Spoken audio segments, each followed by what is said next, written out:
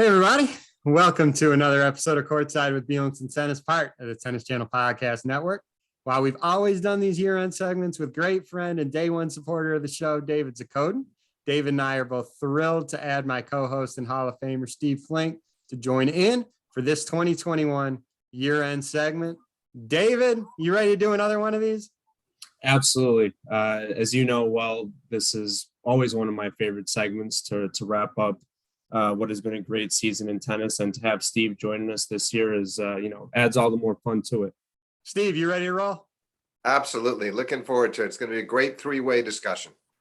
I think the best way to start, and I don't think there's any other way to start, is we talk about the year of Novak Djokovic. I mean, 2021 was simply the year of Novak, and he was 3 sets away. Final match of the final slam of the year from winning the calendar Grand Slam. 7th year finishing world number 1. Broke the tie of 6 with the great Pete Sampras. By the way, holiday time coming up. Go get Steve's book, Pete Sampras Greatness Revisited. I've read it a couple times. It's great. Novak won his 37th Masters 1000 title. Rafa has won 36. To give you an idea, Pete Sampras and Andre Agassi had a combined 28. And again, Novak's at 37. Steve and I have talked about this quite a bit, so I'll start with David. You know, when you woke up on Sunday morning with that final in New York, did you think it was Novak's for the taking? And maybe in addition to that, if there were a couple matches, good or bad, throughout the year that really stood out to you from Novak?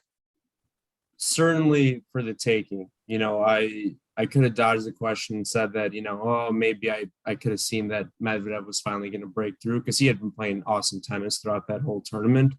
But frankly, I thought that it was going to be more close to a repeat of what happened in Australia in the early part of the year, where it looked like Medvedev was in promising form.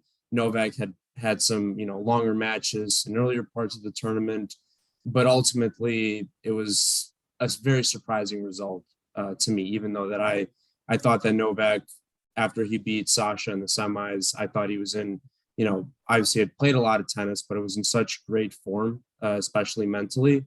But I think maybe we all underestimated a little bit of just how much that pressure component and how much that would really take shape in the final when he played against Medvedev. And that's not to take anything away from Daniil, because he played, tremendous tennis. I know you guys talked about that match at length when you reviewed the tournament. And yeah, I thought he was going to get the Grand Slam, but all credit to Daniil. He obviously played his butt off in that match. And,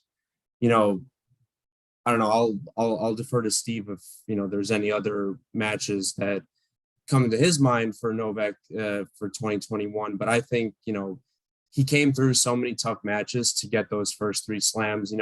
We all talk about the Rafa at the French, but, he had a tough 5-setter in Australia against Taylor Fritz, which he barely got through. So it was a very long road, and, ultimately came up a little bit short, but I thought he was going to get it done. Steve, anything to add on this? Oh, it's good. David did a nice summation there. I would just say, yeah, I mean, just to get back to the Fritz match, that was a key to the whole year. Obviously, he would have never been near putting himself in a position to win the Grand Slam, but he got hurt that night. I think what people forget is he screamed out in utter relief when it was over. The stands had been empty by then. The fans were gone. He was so happy just to have survived. And then, he was not practice. There was all this speculation about, was he practicing or was he not? And with each match, he started to get better and better, from Raonic through Zverev, and finally and Karatsev in the semis, by the time he got to the final, he was in peak form. But that was scary, because he didn't know if he was going to get through that match with Fritz physically. It's not that he couldn't win it mentally. So that was a big one. And I think it set up his whole 2021 campaign, because that would have been a very disappointing way to start the season with a loss to Taylor Fritz. Yeah, I'll just add, and I've said it previously, but for those that haven't listened to our episodes before, pressure is a funny thing. And one of the few things I got right actually in 2021 was at the beginning of the Open, I said Daniil Medvedev would win the tournament, which he did, but I also had a caveat in there, right? I had a caveat saying, if Novak were to get to the final, I thought Novak was going to win. And I just thought, because there was so much pressure just to get himself into that position, I thought Sunday, if you get to the final Sunday, you could do it. But my gosh, and all of our guests throughout the year, Steve, have that we've had post US Open have basically said, no one can imagine the amount of pressure he was in. And then once you're there, that pressure hits you in the face. And I think we all saw that. Now I'll reiterate my photo of the year. My photo of the year was Novak crying in the towel at one of those very, very late changeovers during that match.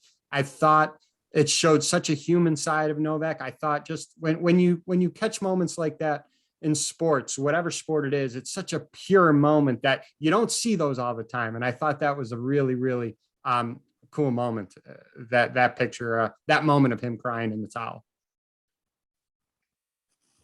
With that, we'll add, I want to kind of go from Novak to the next generation, right? Because we had a next gen final. The final itself didn't play out as well as I think we all hoped it would be, but you had Carlos Alcaraz, and we're going to talk about Alcaraz and his US Open performance later on.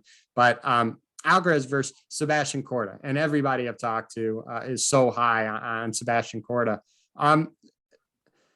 Even though that next gen final wasn't as dramatic as maybe we would all like, I think there's a good chance that may be a future Grand Slam final. Steve, I'll start with you on that one. What are your thoughts on both of those guys? Yeah, I think you're onto something. I think there's a very good chance in the future it could be. And Korda has got such a great temperament, such great all around ability. The right kind of mentality, the son of a former Grand Slam champion, Peter Korda. I mean, he has it all going for him, the genes, and the mother is also an athlete. I mean, it's all there. Sisters, golf champions. What more could be, what kind of template do you want? And I just feel like he learned a lot this year, and he had some setbacks, a few injuries and got sick at the US Open, or else he might have been even higher in the rankings, but he will be there. And although he was a bit overwhelmed by Alcaraz that day, that doesn't mean that over time that a rivalry cannot be shaped, and I think it will. And he caught him at his very, very best. Alcaraz really peaked for that final and played a trip. Plus, the format makes it difficult. When you're talking about the 4-game sets and tiebreakers at 3-all, it's not a typical match. It's a nice showcase for these guys. It brings something different for the fans and moves it along faster. But who's to say that in a longer match, Korda might not have gotten his teeth into the contest a little better than he did. I do see it as a future major final, and maybe more than once. Yeah, David, what do you think? I mean, those two guys are just studs right now. Yeah, I mean, they're, maybe stepping away from the next gen final a little bit and just looking at both of their curves sort of throughout the season. I think Alcaraz, the stat that everyone is mentioning about him, he's like one of the first players to win his debut first round match at each slam that he first played for the first time. And I think, he might be a little bit ahead in terms of, how close he is to really competing at the highest level. Although I think Korda is very close. Korda had a very tight 5-set match that he played against Khachanov at Wimbledon, which was, a big point in his season. And for Alcaraz, obviously, I think the breakthrough in all of our minds came through when he beat Tsitsipas in 5 sets at the US Open. So I think just in terms of ranking, I think they both won their first titles this year. I believe Korda was on clay in Italy right before Roland Garros, and Alcaraz in Croatia, I want to say, in the summer. So they're both on a great path, and I think easily could be a Grand Slam, final, as you said, moving forward. But it will be interesting to see who sort of, rises to the ranks quicker as we get into 2022. Yeah, I want to switch over to two other young people on the female side, and that's Emma Raducanu and Leylah Fernandez. Obviously, they played in the finals of the US Open. Still trying to wrap my head around Emma winning the US Open, having to go through qualifying in the main draw, not losing a set. That's 20 sets in a row. I'm not surprised at all that she struggled after winning that tournament. I think she only played like 2 tournaments after. I want to ask your thoughts, but I do want to reiterate something that I heard from Andy Roddick that I thought was really well said on Tennis Channel. He said, let's not worry about titles and everything. Let's worry about consistency, and let's get Emma to top 20, getting consistent results week in and week out, and then have her ceiling be, winning Grand Slams. And I thought that was a good point.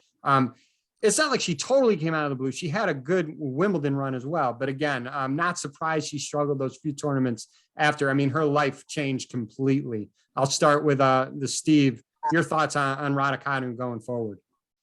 I think I think Roddick it's a good assessment, and I agree with him. But I also think that Raducanu, so much of it was that she was trying to deal with a brand new world that she had suddenly entered, because I think coming into the Open, I doubt that she was really thinking about winning the tournament so much as get through the qualifying. Let's see how far we can take this. But then by the time she got to the quarters, I think it dawned on her that this might actually be possible.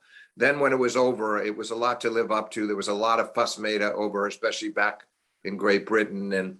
And I think that worked against her in those couple of tournaments you mentioned, and she didn't really fare well. Having said that, those growing pains were inevitable. And I think that over the course of the next couple of years, we'll see her settle into this status, David, and win more majors. I'm pretty confident of that, given the diversity of players that she beat at the Open and the way she handled her first big final. Fernandez is the one who'd come off all the big wins. She's the one who's knocked off 3 top 5 players. She's the one who beats Osaka. And so I feel like that was not an accident for either one of them, frankly. I don't think it was an accident for either one, because Fernandez is so crafty and Emma is just so solid that I think that there's tremendous long-term potential for both, and the consistency will come. That's how I would say, getting back to Roddick's comment, they will find that consistency over time. It's just that it was a lot to adjust to in a short time. 100%. David, I mean, you're not surprised that she struggled right after the Open too for a little bit, right? No, I totally agree with Steve, from the mental challenges that come with sort of that territory of being a, Grand Slam champion, let alone at such a young age. What I would add to the Roddick comment is that, it's really a focus of how she approaches the future, because obviously when you win a Grand Slam and have so much success so quickly, the expectations, elevate extremely quickly as well. And to the extent that she's got, this is something that I think Rafa has talked a lot about when he's been asked about young players, to the extent that she's able to surround herself with the best support team. Like, I know she parted ways with her coach that had helped her on the way to the US Open, is now working with somebody else. And to the extent that she's able to surround herself with people who are able to better manage that territory and those expectations of, you can't win a Grand Slam, or you can't win every single tournament that you come out to play. But at the same time, establishing those consistent results, I think that'll be the key to her success, not just next year, but, throughout her whole career, because obviously she's extremely, she's 19 or 20 years old. So she's got a long way ahead of her. Steve, let me ask you this. With that US Open final, Emma Raducanu and Leylah Fernandez, do you think having the attention go away from Coco Gauff a little bit will help her, will take some of the pressure off of her in the future? Because, 2019, all eyes on her. 2020 was just such a weird year with the pandemic. And 2021, maybe all eyes going, to someone else can actually help her moving forward.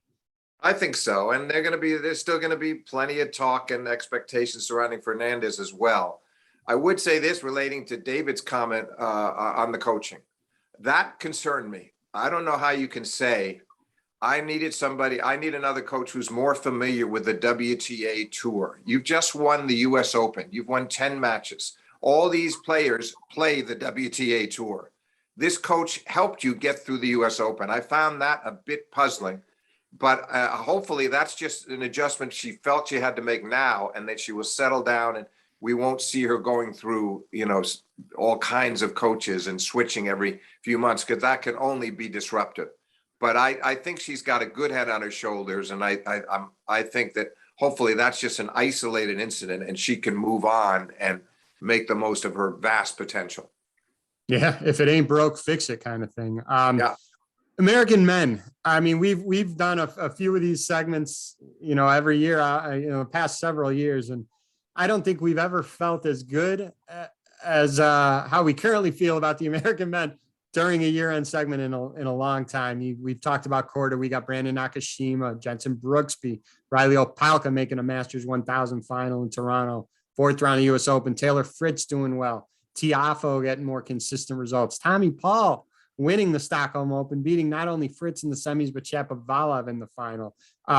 David, I'll start with you. I mean, this is the best time we've felt. I don't know if we had a Grand Slam winner yet in the next couple of years, but you got to be feeling good about this crop of players, at least better than we felt the last several years.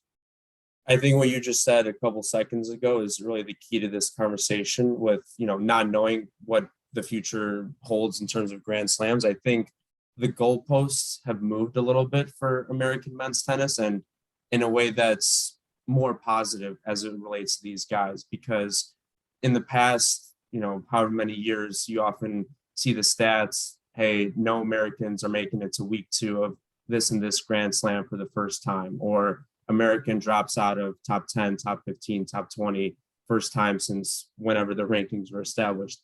Now that some of those sort of negative assessments of the state of tennis, on the men's side here are sort of, a little bit in the rearview mirror. Obviously, the expectations are still high, and we want to grow the game. We want to have Grand Slam champions in this country. I think it's been a little bit more fun to follow some of the unique individual storylines of each of these players. And you mentioned them by name. I don't think we need to go through each of their seasons specifically. But like you said, there's success in terms of getting deeper into bigger tournaments, especially with, less of a presence from the big 3 this year. It's really been Novak, who's been the most consistent player at the top of the game. There's more opportunities for an Opelka to get through to a Masters 1000 final and, play a tough match against Medvedev. It's a lot of it. It's all earned for each of these guys. Whenever there's a run, we talked about Fritz's match against Novak in Australia. He played great in Indian Wells to wrap up the season. So I think the future is bright. It's just a question of, and maybe it's a great question for Steve to go into, but what does bright necessarily mean, right? Because if we're using the barometer of a Grand Slam champion like we've done in decades past, it might be tough to meet that bar. But at the same time, we can all acknowledge that each of these guys are, improving, and they're on their own path to, hitting those top 40, top 30, top 20 milestones, so on and so forth. Yeah, Steve, I'll let you continue. Yeah, it's interesting. As I'm listening to David say that, I'm thinking about one of the things they have to avoid is not getting too ranking obsessed. And I remember having this discussion a couple of years ago with Taylor Fritz, and he was saying how he and Tiafoe would send each other texts and say, okay, it's top 20, no excuses, and they would spur each other on.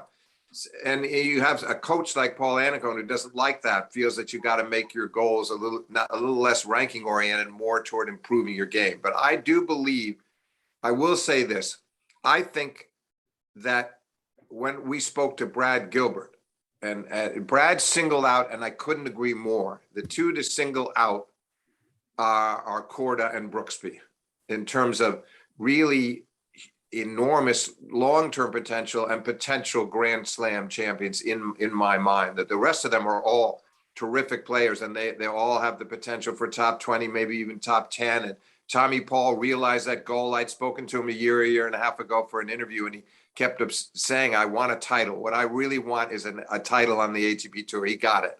He got it convincingly. I think the other 2, though, there's just something in their mentality. Korda is so mature for his age.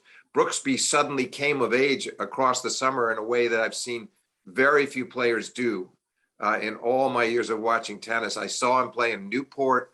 I watched him get to the final there against Kevin Anderson. You're seeing this kid and you're impressed. And then suddenly he's tournament after tournament across the summer, and then right onto the Open, where he eventually lost to Novak and after a great run, and beating Fritz along the way, beating Karatsev along the way. So I just feel like these 2 guys, they think big and they have the games to back it up. And that if Brooksby can only, you 2 being understanding a lot about coaching, here's a guy that got into the top 60 in the world, and it's one of the most mediocre serves I've seen for a player of his level. And as you know, Andy Roddick volunteered to have him come out and work on that serve for a few days. I hope Brooksby will take him up on it.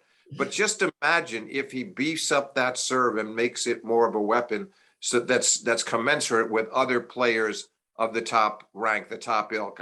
So I'm very encouraged about both of those guys. And Korda just has such a good head on his shoulders. He's just great all-around ability. There's very little to pick apart in his game. So I just feel like those two, I think Gilbert was right, and I see them. No, not this year, not 2022, but by 2023, they're going to be really threatening for majors. It wouldn't shock me to see one of them pull one off by the end of 2023.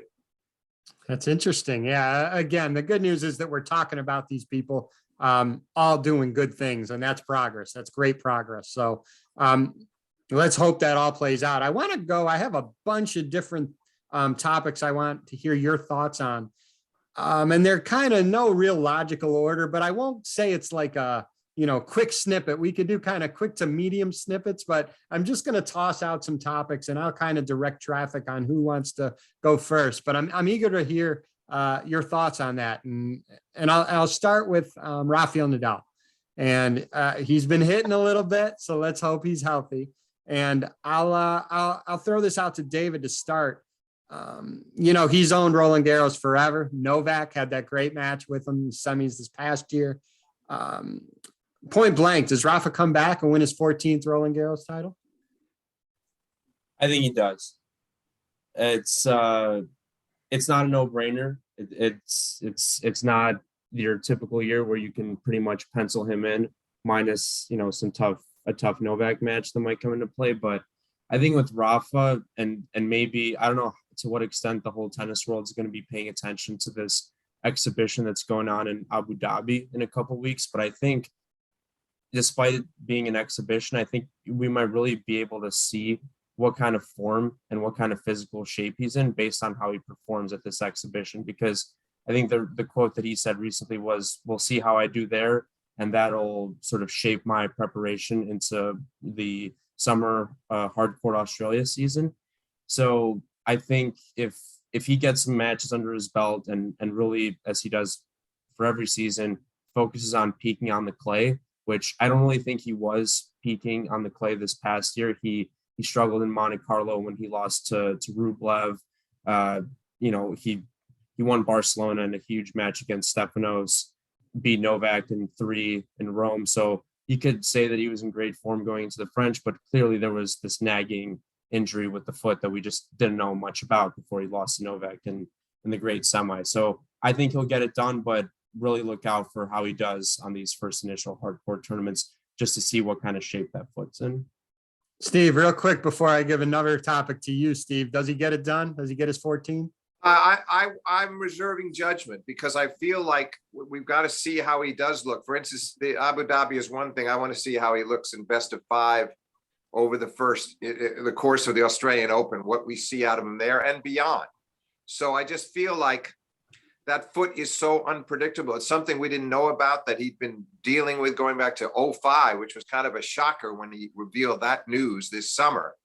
And I would have thought that the break, David, that he took after that match with Novak at the French and skipping Wimbledon and coming back in Washington would have been enough. And it wasn't. He was still in a lot of pain. So then he says, "I'm gone for the year." Wise move. I think it's just hard to gauge. If we see him play reasonably well on the hard courts, and then he has a clay court circuit that's more convincing, because I agree with David, it wasn't a convincing clay court season this time, even though he won a couple of tournaments, because the Tsitsipas match, he barely scraped that one out, and it was a tough road and some more tough matches than usual along the way, and then played well at Roland Garros leading up to Novak, but maybe not vintage Rafa. So normally I would say, oh, absolutely. And coming into this year's French, I thought he was going to win it as well. But I'm more skeptical because I think that even he just doesn't know what to expect. Plus, he's coming back after a long layoff. It's going to be fascinating to see what he can do in Melbourne. No, I agree. I agree. I hope he gets his 14th. I love watching him play on clay, and how he's dominated that surface is something I don't think we'll ever see again in any of our lifetimes. And I hope we all live a long time. I'll ask Steve to predict the future on this one because this is a little tricky question. Novak, I don't think any of us think Novak is going to choose to not play Australia. So I think we all agree that he's going to go and play. We all know the rules that are in effect, and we don't need to get into all of that. I think he'll do whatever he needs to do to play. I don't think he's going to miss it. So I will ask, if Novak wins the Australian, and let's say he wins the French, Steve, let's say he wins the first two again, does he in 2022 get the calendar Grand Slam? I don't think so. I honestly don't think, and I am so bullish on Djokovic. I'm such a great admirer of his mental strengths and his physical prowess. So many things we can rave about. And I thought he was so worthy of the honor this year, but I don't see him after Wimbledon next year in the same boat with 3 Grand Slam titles as pocket heading for the 4th. Wouldn't shock me if he got 2 of the 3, but I don't see it. And as far as Australia, I would just add this, David. I really believe that he has very strong convictions about that vaccine. And I don't know what he bases his views on, but I think they're very, very strong, clear-cut views, anti-vaccine, and have been from the beginning. So I'm not totally convinced we're going to see him. I would love to be wrong. I want to see him back there going for a 10th, but I'm not convinced because I'm not sure that it's unclear that he's had the vaccine yet. And if he hasn't, how does he get in? They're not making any exceptions. So I'm a little worried about that. And I think it would be a shame for the tournament, but I think these are views that are run very deep in his veins and have from the beginning. So I have to say, I won't be shocked. I'll just be, if he doesn't go, and I'll be pleasantly surprised and happy if he does. So let me throw this to David, and then Steve, you can add anything to it. David, I just don't see the fact of Novak risking the chance. And I know Rafa has not had good luck in Australia. He's only won it once and things seem to go wrong for Rafa. But if Novak chooses not to play Australia, there is a chance that Rafa can win the first 2 slams of the year and all of a sudden have a 23-21 Grand Slam lead over Novak. I don't think Novak wants to risk that. And I'll leave it to you to talk about that. I see where you're coming from. I just don't know if that's the way, if that's his personal thought process this offseason. I'm not going to try to guess on how he's evaluating this year. Obviously, a massive amount of positives, but disappointment as recent as yesterday with Serbia losing in the semis of the Davis Cup, and looks like he wasn't too thrilled that they don't have a great doubles team out there. But that part of it aside, I agree with Steve on this one. I think he does have very strong convictions as it relates to the vaccine and the eligibility for the Australian Open. And again, not going to pretend to predict what's going through his mind, but I would say that whatever views and thoughts he has there, I think they're stronger than whatever fears he might have of what one of his competitors might do. And frankly, if it's one of those things where he doesn't come to Australia and someone like Rafa wins it and is now ahead of him in the race, I feel like it'll give him more fuel to his fire to keep grinding, because you could make an argument after this season, he's virtually achieved it all, right? He came short of the Grand Slam. It's a very unrealistic goal moving forward.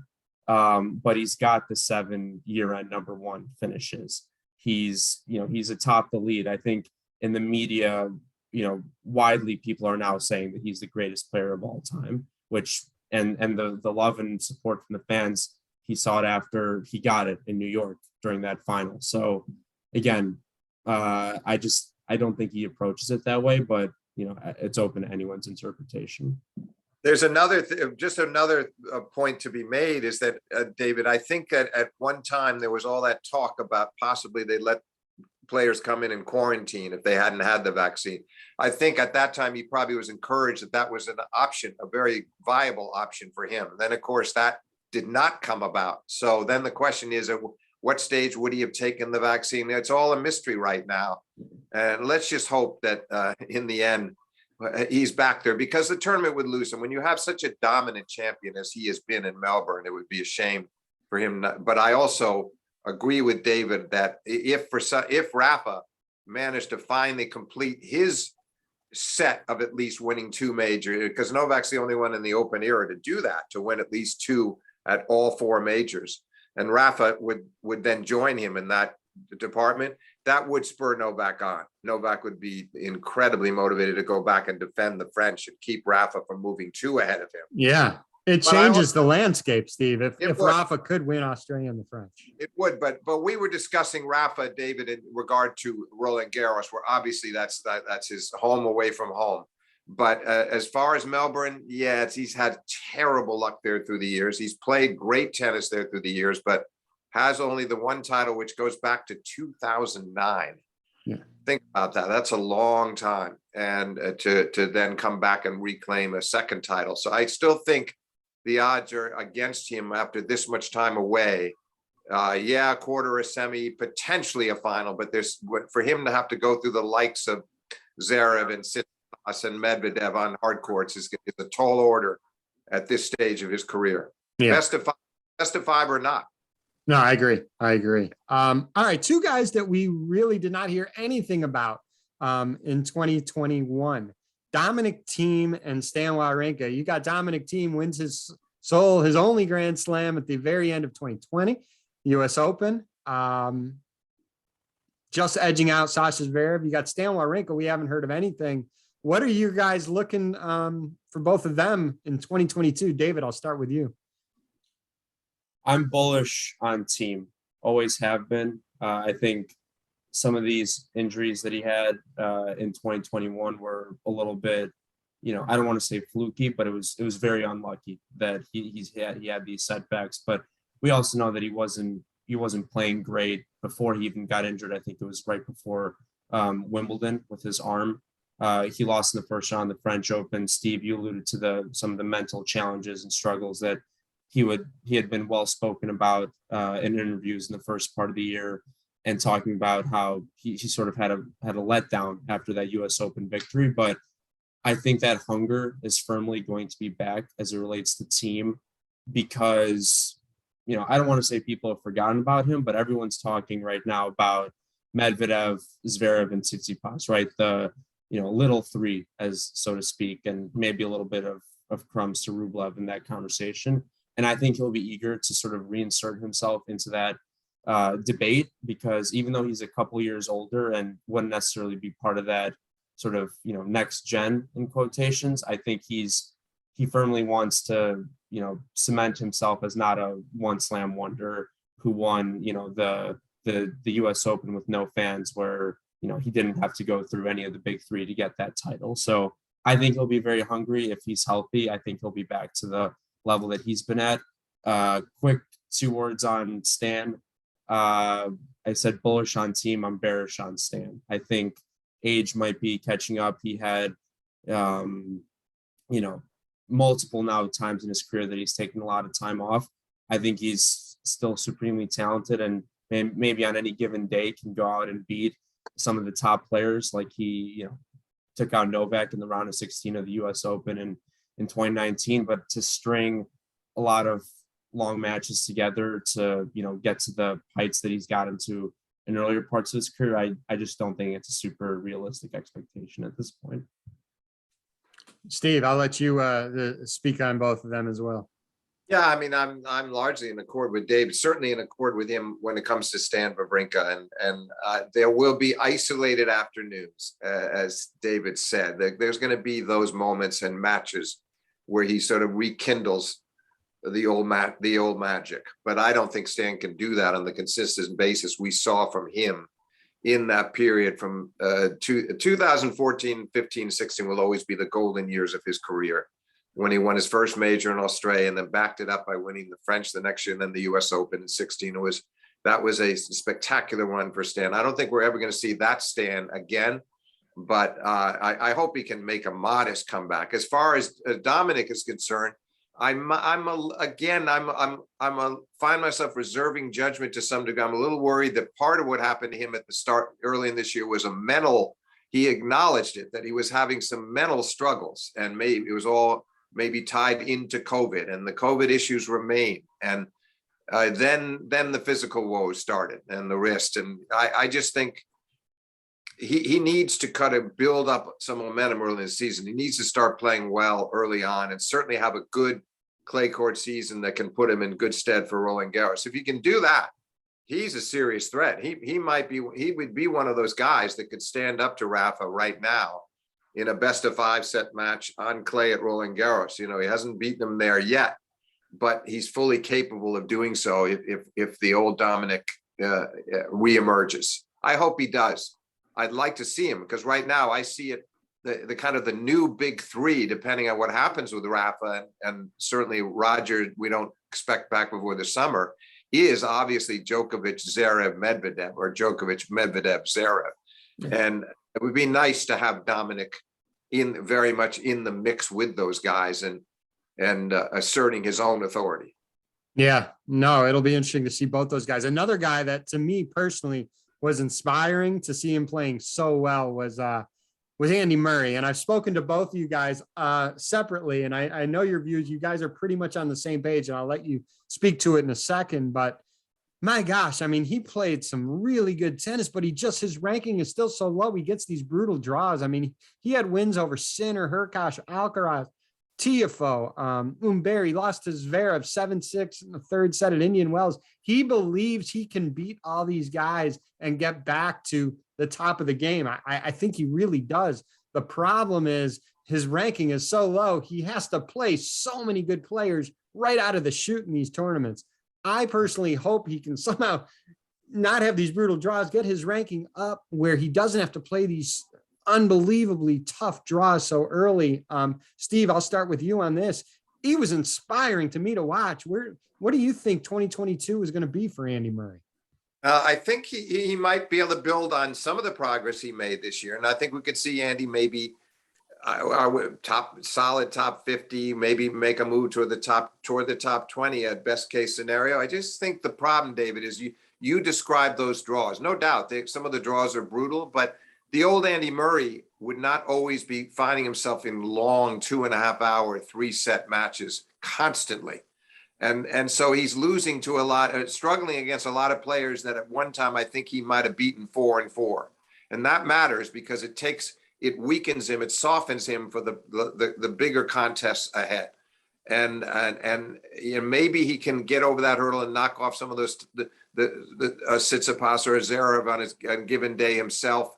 Maybe we'll see that happen, but I think the problem is going to be that you know, having gone with all the physical territory he's covered and the hip and what he's had to endure, I just think the day in, day out effort is really debilitating. The attitude is fantastic. Fantastic.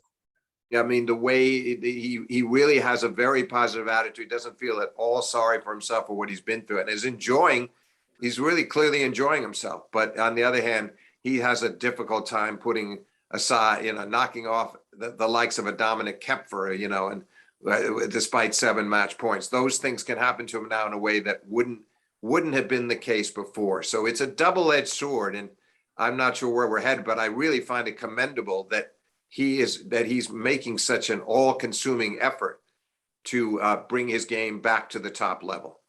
Well, I'll ask Dave. I mean, I know David's thoughts on it, and I know he agrees with you pretty much 100% of the way, but I'll ask him if you have anything else to add to it, David, because I think both of you guys are on the same page with this one.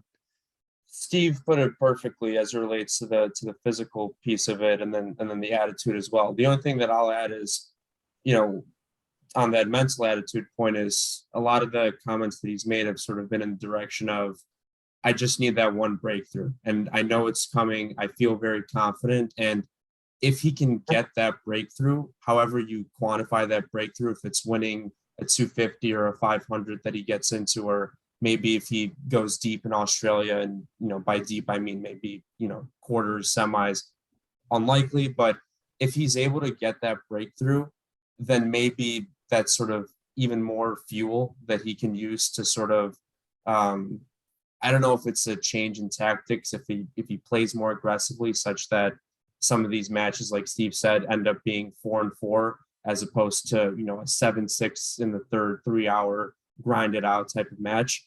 I don't know if that's what that would elicit, but I think if he can get a breakthrough, however he sort of evaluates it, that might propel him to sort of, channel that hunger in a manner that'll be, arguably more productive than, the way he's been channeling earlier this year, where it's like, round of 32, round of 16, and then he runs up against a tough draw, like you said, David. Yeah. I'll stick with David on this one real quick. This is a quick hitter. Who wins their first major, Tsitsipas or Zverev, and will it be in 2022? Yes, it will be in 2022. Steve talked about how he thinks Novak might get 2 of the majors. We don't know about Rafa with the French, reserving judgment there. I think it will happen in 2022, and you have to go with Zverev just because there's a little bit more uncertainty with Tsitsipas. He just had the elbow surgery, said he's going to be back for Australia. He sort of, I don't want to say flamed out, but I think he sort of started, feeling some of the physical and mental fatigue toward the end of the season. It was obviously very difficult for him to overcome being up 2-0 and, not being able to close on the French Open final, lost early at Wimbledon, Olympics, so on and so forth.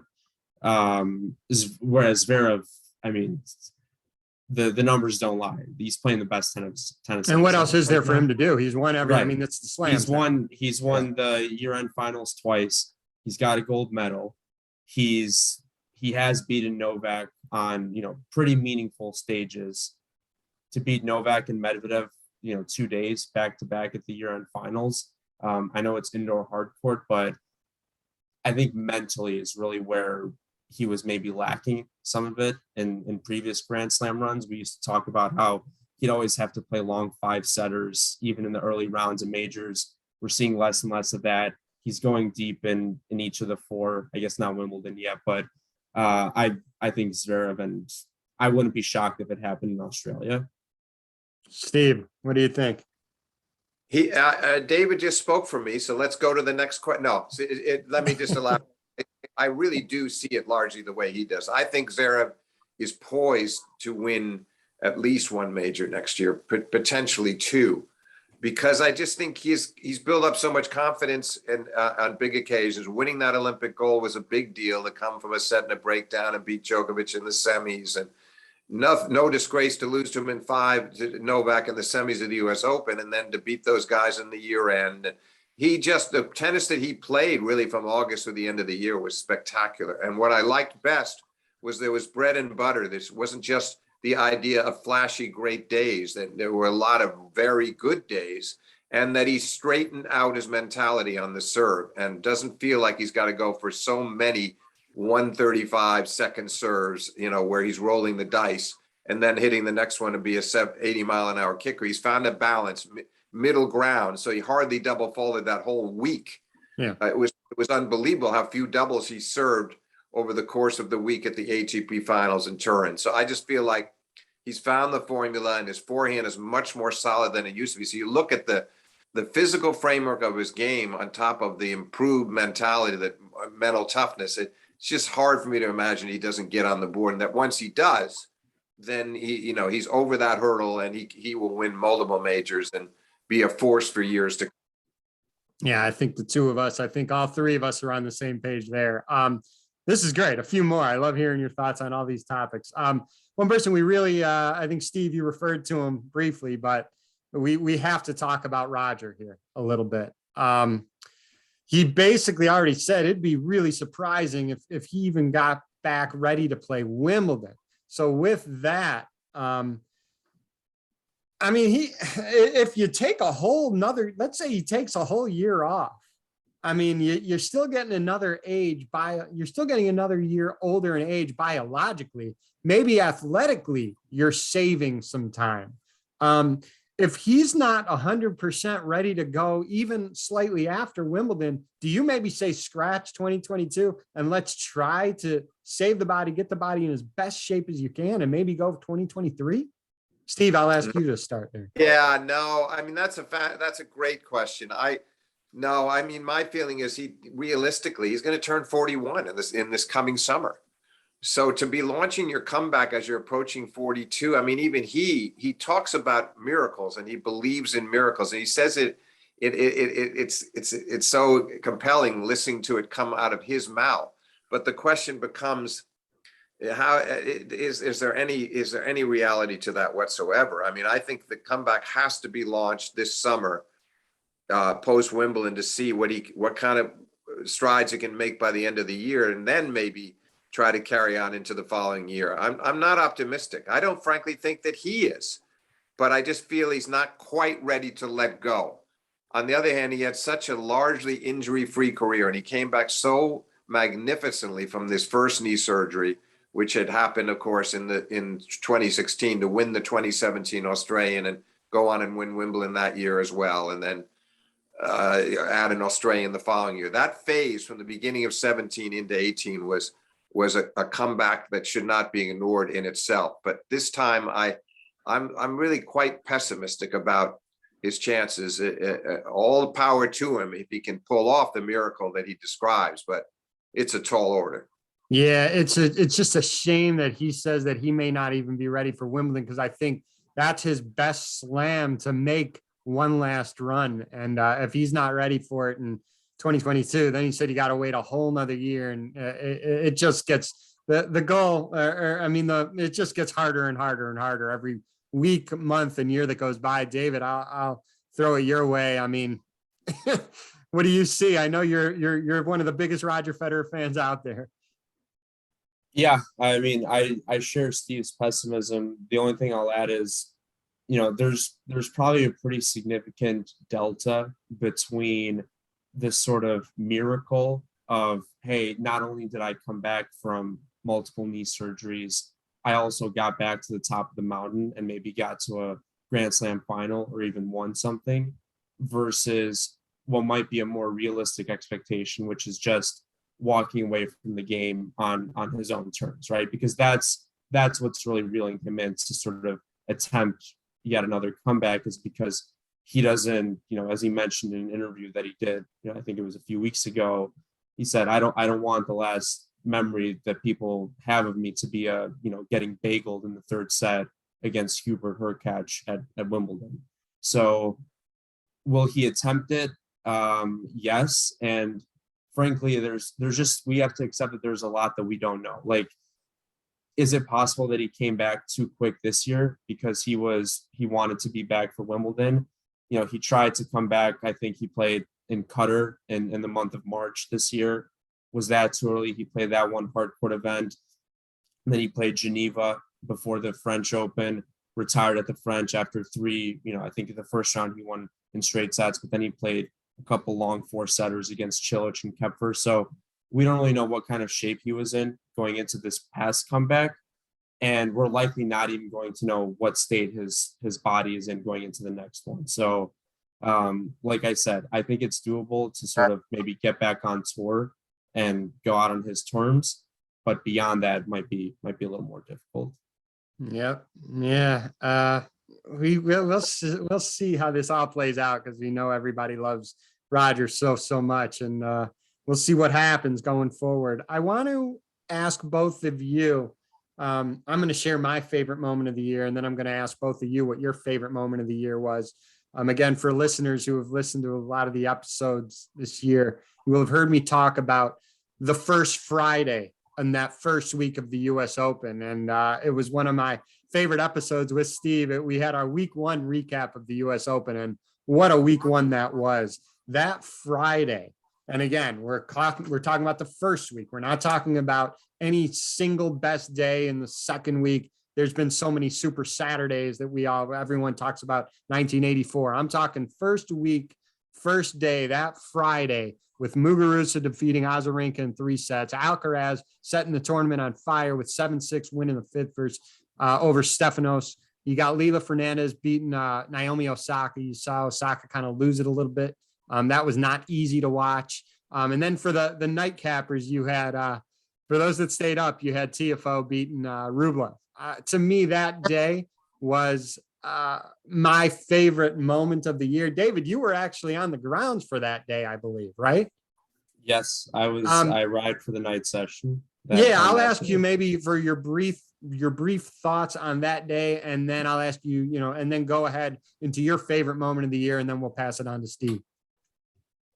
That day was remarkable. Like I said, I missed some of those matches because I got there for the night session, and I was on Armstrong for what was another 5-setter that I don't think you even mentioned, which was between Felix and Roberto Batista. Yeah. Was a fantastic match. But the atmosphere, at the U.S. Open is unlike any other. We hear a lot of those cliches around the event, but that was arguably one of the most electrifying first weeks at a major, and specifically that day that we've had in a while. And having the crowds back versus what the situation was like not only in 2020 but at other majors in the early part of this year, where Australia, you had quarantines where there were no crowds for some matches. Similarly at the French, and I think Wimbledon got to full capacity. But that night was absolutely special for me.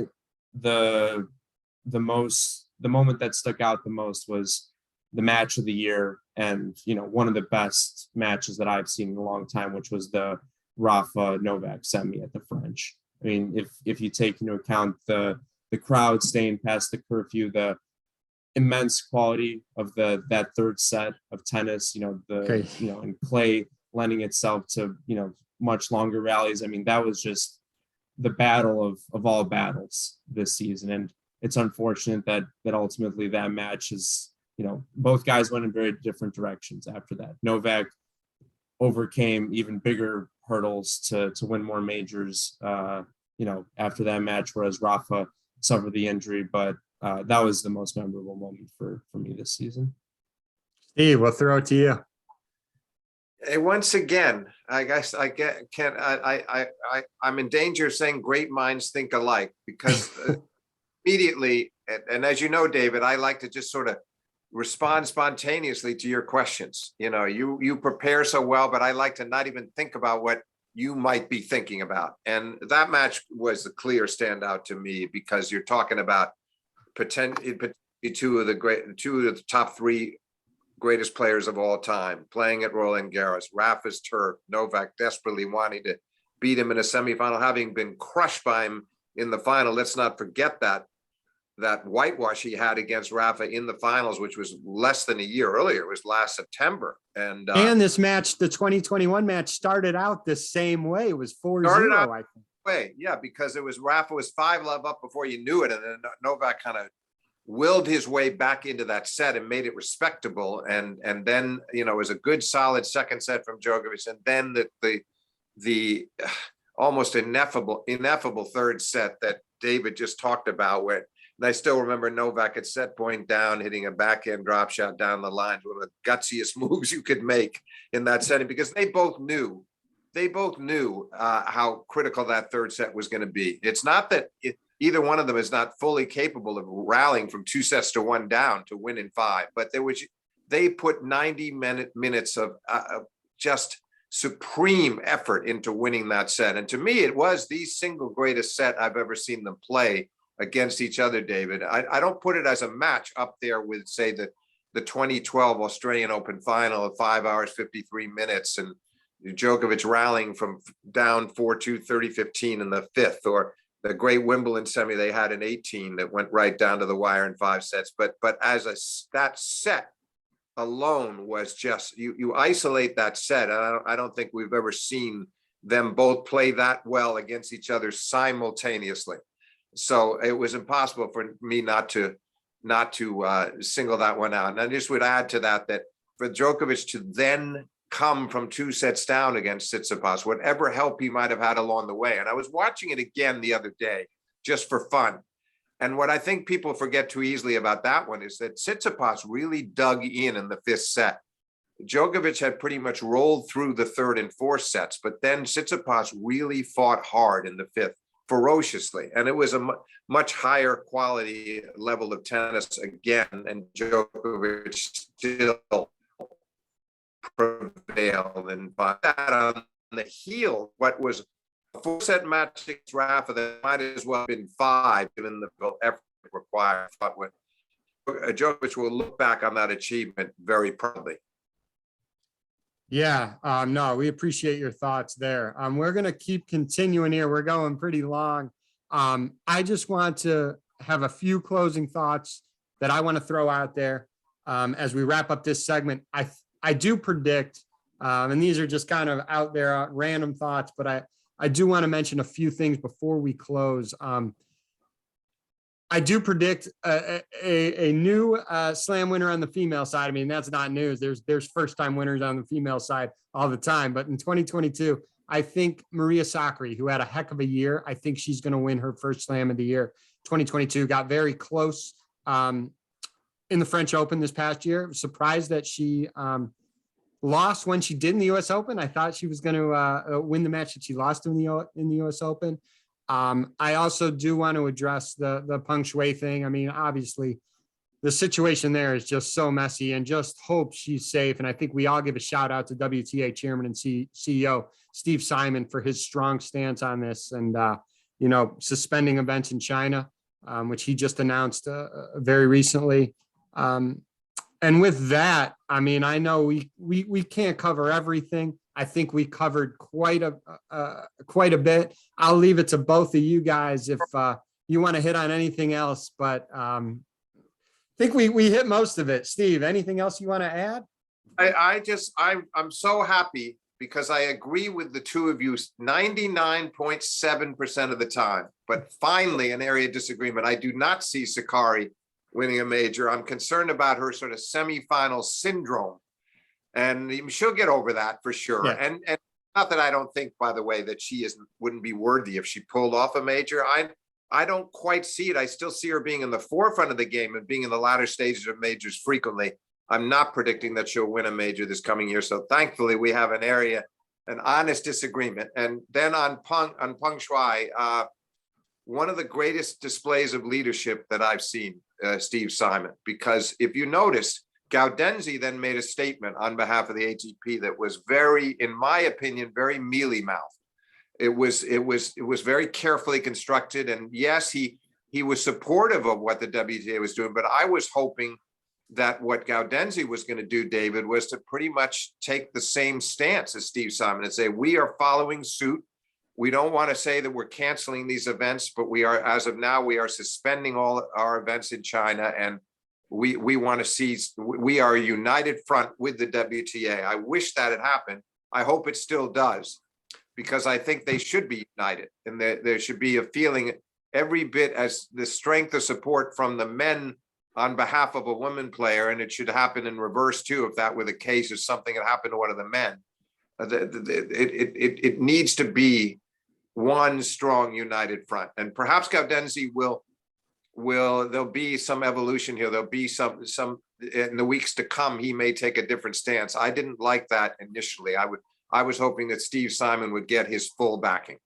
Yeah, I agree 100% with you, and let's hope it does come. David, I'll throw it to you to end. Is there anything we missed or you want to hit on before we close up shop here? I think it was a crazy season between on-court and off-court stuff. And, that's not a hot take by any means. I think we covered it all. And, I'm joining Steve on the 99.7% in agreement, as he referred to it, as it relates to the Peng Shuai situation. I don't know if there's any other underlying reasons for why, they're not in lockstep, the two sort of associations at this point in time. I don't know I think the WTA has a bigger commitment to China just in terms of quantity of events. I think it's like 10 in that deal that they signed about a year or two ago. Whereas the ATP, I think it's Shanghai, the Masters, and then there's a 500 event in Beijing. I don't know if it's a question of, the fans necessarily being a driver and just the sheer, following that maybe men's tennis might have there versus women's, but would love to see, both tours be united, and, that might be opening up a Pandora's box of, other, issues around the game of tennis where there's been conversations with, I think it's like European private equity firms thinking about merging the two tours. So now we're getting very far away from the tennis sport, but I'm sure a lot of these topics will emerge in 2022, just as they've simmered in 2021. David, just a brief, I just want to briefly add that definitely Gaudenzi's is in a tough spot. He's got a difficult job. And it may be that his board or the players, I'm sure he was feeling everybody out on this. I just hope that, so I don't want to come down too hard on him because he has a constituency to represent. I just hope that they all will come to be of one mind soon, and when, for just the reasons that David just alluded to, with not nearly as many events, it strikes me as that it's less of a sacrifice for them, and that they would be doing the sport overall so much good. Men's tennis would benefit from that move. So I just hope that it will come to that soon, because what Steve Simon has done, we rarely see that in sports. And he was his convictions were so clear from the very beginning. And I've seldom seen that. There've been some great leaders in tennis, but this to me is one of the great displays of leadership that I've ever seen in the sport. Yeah, no, I agree. I'm speaking on behalf of Steve and David. I do want to, as we wrap this up, I do want to give major kudos to everybody who's working in the tennis industry these past couple of years during the pandemic. The fact that we were able to get this through this year was pretty remarkable, with everybody who is involved in running tournaments and making sure everything is safe. The three of us can't thank everybody enough that to get through a season like this. And it's really, no one's been through a global pandemic like this before. So we're lucky to see the season go as well as it did. Hopefully we can get through this pandemic sooner rather than later. Hope we have a great 2022. To Steve, this is our first year together. We wrapped up. I think my wife gives you more credit than anyone else deserves for being able to hang out with me for a full year. And David, we've done these year-end segments for several years now. You've been such a supporter of me and the program since day one. It's a pleasure to have you on, and you guys both added a ton to the conversation, as I knew you would. That was never even a question. So thank you guys so much. Have a great rest of the year, and hope 2022 was great for both of you, both personally and professionally. Yes, thank you, David. Enjoyed it immensely, and it was. I think we are going to have a captivating season ahead. I have no doubt about that. Thanks, Thanks, you guys. as well, guys. Pleasure's mine.